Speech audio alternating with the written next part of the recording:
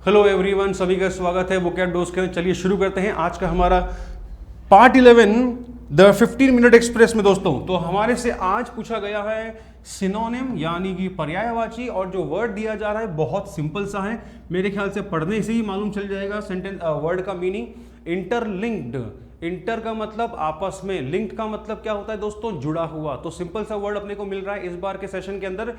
Interlink का मतलब ऐसी कोई चीज जो आपस में जुड़ी हुई हो। तो चलो फटाफट से शुरू करते हैं हमारा सत्र। तो जो मेन वर्ड दिया जा रहा है इंटरलिंक्ड, तो आते हैं इसके डिक्शनरी मीनिंग पर। डिक्शनरी मीनिंग के अगर बारे में बात करूं दोस्तों मैं, तो कनेक्टेड, कनेक्टेड का मतलब क्या होता है, जुड़ा हुआ, है ना, या फिर लिंक्ड टुगेदर। हिंदी मीनिंग के बारे में अगर हम बात करें तो पहले ही डिस्कस कर लिया, आपस में जुड़े हुए, ऐसे कोई भी चीजें या व्यक्ति जो किसी प्रकार से आपस में लिंक्ड हैं। लिंक्ड हैं से मतलब क्या है, जुड़े हुए हैं। तो जुड़े हुए हैं के बारे में अगर मैं बात करूं दोस्तों, तो कनेक्टेड इसका सिनोनिम बनेगा, लिंक्ड इसका सिनोनिम बनेगा, ऑप्शन में दिया गया वर्ड इंटरलेस्ड अपने को सिनोनिम मिले बनेगा। अगर जुड़े हुए हैं तो आपस में संबंधित भी होंगे किसी प्रकार से, तो रिलेटेड होगा। जुड़ा हुआ, जुड़े हुए का एक और वर्ड इंग्लिश में एसोसिएटेड। एसोसिएटेड का मतलब ही क्या होता है, साथ में या फिर जुड़ा हुआ, है ना, आपस में जुड़े हुए हैं। तो एंट्वाइंड, एंट्वाइंड का मतलब ही होता है आपस में लिंक्ड होना। जुड़े हुए हैं तो इंटीग्रेटेड भी वर्ड का हमारा इसका सेम मीनिंग देगा। आपस में जुड़े हैं तो एक हैं, जुड़े हुए हैं तो यूनिफाइड भी इसका बनेगा, प्रॉपर सिनोनिम। एंड अगर हम आते हैं इसके एंटोनिम में, तो विलोम के बारे में अगर मैं बात करूं, जुड़े हुए नहीं हैं, जुड़े हुए नहीं हैं दोस्तों, तो कनेक्टेड का बन गया डिसकनेक्टेड। जुड़े हुए नहीं हैं तो अलग अलग है, अलग अलग हैं तो क्या बन गया, सेपरेटेड बन गया। जुड़े हुए आपस में नहीं है तो दोनों अलग थलग हैं, दोनों अलग थलग हैं तो आइसोलेटेड बन गया, है ना। जुड़े हुए नहीं हैं आपस में तो अलग अलग हैं तो डिटैच्ड बन गया। अगर आपस में जुड़े हुए नहीं हैं तो दोनों स्वतंत्र हैं, स्वतंत्र हैं तो फिर क्या बन गया, इंडिपेंडेंट बन गया। आपस में जुड़े हुए नहीं है तो अनलिंक्ड भी इसका प्रॉपर एंटोनिम बनता है। अलग अलग हैं, अलग अलग के सेंस में सेग्रीगेटेड भी इसका एक नियर एंटोनिम दोस्तों बनेगा। चलिए तो फटाफट से नोट करते हुए चलते हैं। जो मेन वर्ड अपने को दिया जा रहा है इंटरलिंक्ड, उसका सारा मामला, डिक्शनरी मीनिंग, साथ में हिंदी मीनिंग, साथ में रिलेटेड सिनोनिम्स एंड एंटोनिम्स। अब इसके अगर मैं बारे में बात करूं दोस्तों, तो जरा तीसरे वाले वर्ड को ध्यान से देखना।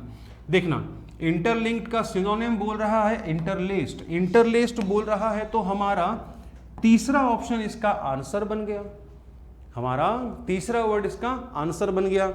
तो जो सिनोनिम एंटोनिम्स इंटरलिंक्ड के हैं वही सेम होंगे इंटरलेस्ड के भी। तो जो हम सिनोनिम के मामले में कुल मिला के जो एक ऑप्शन हमारा आंसर होता है उसके बारे में डिस्कस करने का मतलब नहीं, क्योंकि उस वर्ड के सिनोनिम एंटोनिम मेन वर्ड से रिलेटेड होते हैं। आते हैं पोस्टमार्टम पर, तो पहला ऑप्शन हमारे पास, पहला वर्ड हमारे को ऑप्शन में क्या मिल रहा है, पहला वर्ड हमारे को मिल रहा है सीवियर। सीवियर के दोस्तों बहुत सारे मीनिंग्स होते हैं, तो चलो जानते हैं। पहला मीनिंग हार्श, और इंटेंस। दूसरा मीनिंग सीरियस और एक्सट्रीम इन डिग्री। ऐसी कोई भी चीज जो तीव्रता में बहुत क्या है, एक्सट्रीम है और सीरियस है। डिक्शनरी मीनिंग के बारे में अगर मैं बात करूं तो डिक्शनरी मीनिंग दोस्तों सीवियर का निकलता है गंभीर, और निकलता है तीव्र, ठीक है, और निकलता है हार्ड। हार्ड है तो सख्त भी इसका बनेगा। चलो लल्ला आ जाओ फटाफट से पोस्टमार्टम करते हैं। तो इससे रिलेटेड सिनोनिम्स के बारे में अगर मैं बात करूं तो फिर कठोर है तो हार्श,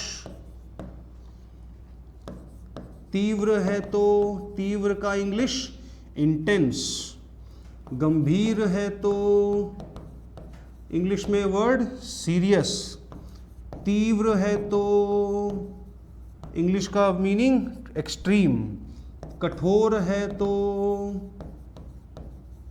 तीव्र है तो रिगरस, तीव्र है तो स्टर्न भी इसका बनेगा। गंभीर के अर्थ में दोस्तों ग्रेव भी इसका बनता है सिनोनिम। एंटोनिम के बारे में लल्ला अगर मैं बात करूं तो विलोम हमारा होगा तीव्र का उल्टा क्या होता है, मध्यम, हल्का फुल्का, माइल्ड, है ना। कठोर नहीं है, नरम है, नरम है तो लीनियंट, कठोर नहीं है, तीव्र नहीं है तो औसतन है, औसतन के लिए क्या आ जाएगा, मॉडरेट, है ना। तीव्र नहीं है, हल्का फुल्का है, नगण्य है तो ट्रिवियल इसका बन जाएगा। तीव्र नहीं है, सौम्य है तो जेंटल इसका बन जाएगा। तीव्र नहीं है, हार्श नहीं है तो सॉफ्ट बन जाएगा इसका, है ना, इसका एंटोनिम। तो दोस्तों यहां हमारा बनता है फिर फर्स्ट ऑप्शन में दिए गए सारे वर्ड्स के सिनोनिम्स, एंटोनिम्स। हालांकि बहुत सिंपल सा वर्ड है, इतना कोई मुश्किल वर्ड भी नहीं है। सीवियर हेडेक हो रहा था, है ना, बहुत सीवियर डिफिकल्टीज के बाद में मैंने उस रास्ते को, मुकाम को मैंने पाया है। तो मतलब क्या हुआ, बहुत तीव्रता के बाद में, कठिनाइयों के बाद में, मुश्किलों के बाद में, गंभीरता के बाद में मैंने पाया है। ग्रेव शब्द को लेकर थोड़ा ध्यान रखना। ग्रेव वर्ड का एक मीनिंग तो होता है गंभीर, है ना, एडजेक्टिव की फॉर्म में मीनिंग होता है ग्रेव का गंभीर, और नाउन की फॉर्म में ग्रेव का मीनिंग होता है कब्र। थोड़ा ध्यान रखना, नाउन की फॉर्म में ग्रेव वर्ड का मीनिंग होता है कब्र, एंड यहां पर कौन सा है, यहां पर मामला है एडजेक्टिव, तो एडजेक्टिव की फॉर्म में इसका मीनिंग होता है कौन सा, गंभीर। आई बात समझ में। फिर आते हैं सेकेंड ऑप्शन पर।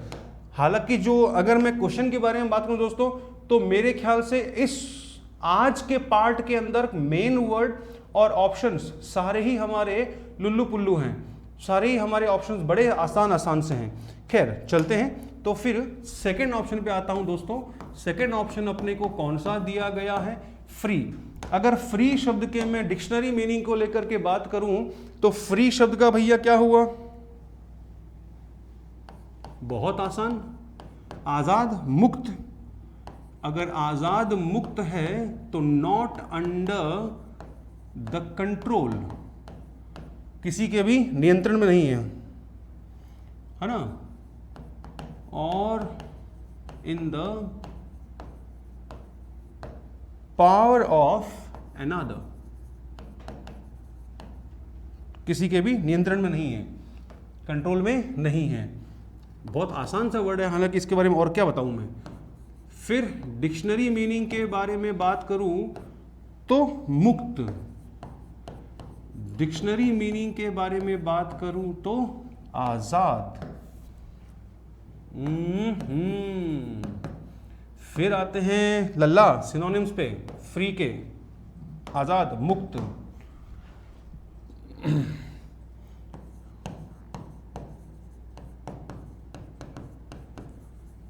रेस्ट्रिक्ट का मतलब होता है पाबंदियां, है ना, बाधाएं। तो अनरेस्ट्रिक्टेड मतलब क्या हुआ, बिना पाबंदी के। आजाद है तो लिबरेटेड, क्योंकि लिबरेट वर्ड का मतलब क्या होता है, आज़ाद करना, किसी के नियंत्रण में नहीं है ना, तो फिर अनकन्फाइंड, क्योंकि कन्फाइंड का मतलब ही होता है सीमित होना, किसी के नियंत्रण में होना। आज़ाद है तो इंडिपेंडेंट भी तो बनेगा, है ना। फिर अनफेटर, क्यों, फेटर का मतलब होता है जंजीरें, जंजीरों से मुक्त है तो आ गया अनफेटर्ड, है ना। बेलगाम भी बनता है इसके नियर के अंदर तो अनबाउंड, है ना। और अनहिंडर्ड, क्यों, क्योंकि हिंडर का मतलब होता है बाधाओं से बंधा हुआ, किससे, बाधाओं से बंधा हुआ, बिना बाधाओं के तो बन गया आज़ाद, तो है अनहिंडर्ड। फिर आते हैं इसके एंटोनिम्स को लेकर के, बाधित है, बाधित है तो रिस्ट्रिक्टेड, आज़ाद नहीं है तो सीमित है, सीमित के लिए क्या आ जाएगा, कन्फाइंड, है ना। किसी के नियंत्रण में है, अपने से आज़ाद नहीं है तो कंट्रोल्ड बन जाएगा इसका एंटोनिम, है ना। आज़ाद नहीं है तो बंधा हुआ है, बंधा हुआ है तो बाउंड बन जाएगा, आज़ाद नहीं है तो क्या है, सीमित है, सीमित है तो लिमिटेड बन जाएगा, बाधाओं में बंधा हुआ है तो TRAINED कंस्ट्रेंड इसका बन जाएगा, आज़ाद नहीं है तो बंधा हुआ है, बंधे हुए क्या बोलते हैं इंग्लिश में, टाइड, आज़ाद नहीं है तो कैद में है, कैद में है तो अपन क्या बोलेंगे, इम्प्रिजन्ड। आई बात समझ में। फिर जो हमारे को इसका थर्ड ऑप्शन दिया जा रहा है दोस्तों, हमने उसके बारे में पहले ही डिस्कस कर लिया, इंटरलेस्ड बोलो या फिर इंटरलिंक्ड बोलो। मेन वर्ड कौन सा दिया गया था अपने को, मेन वर्ड हमको दिया गया था इंटरलिंक्ड, जिसका आंसर ही है ये वाला।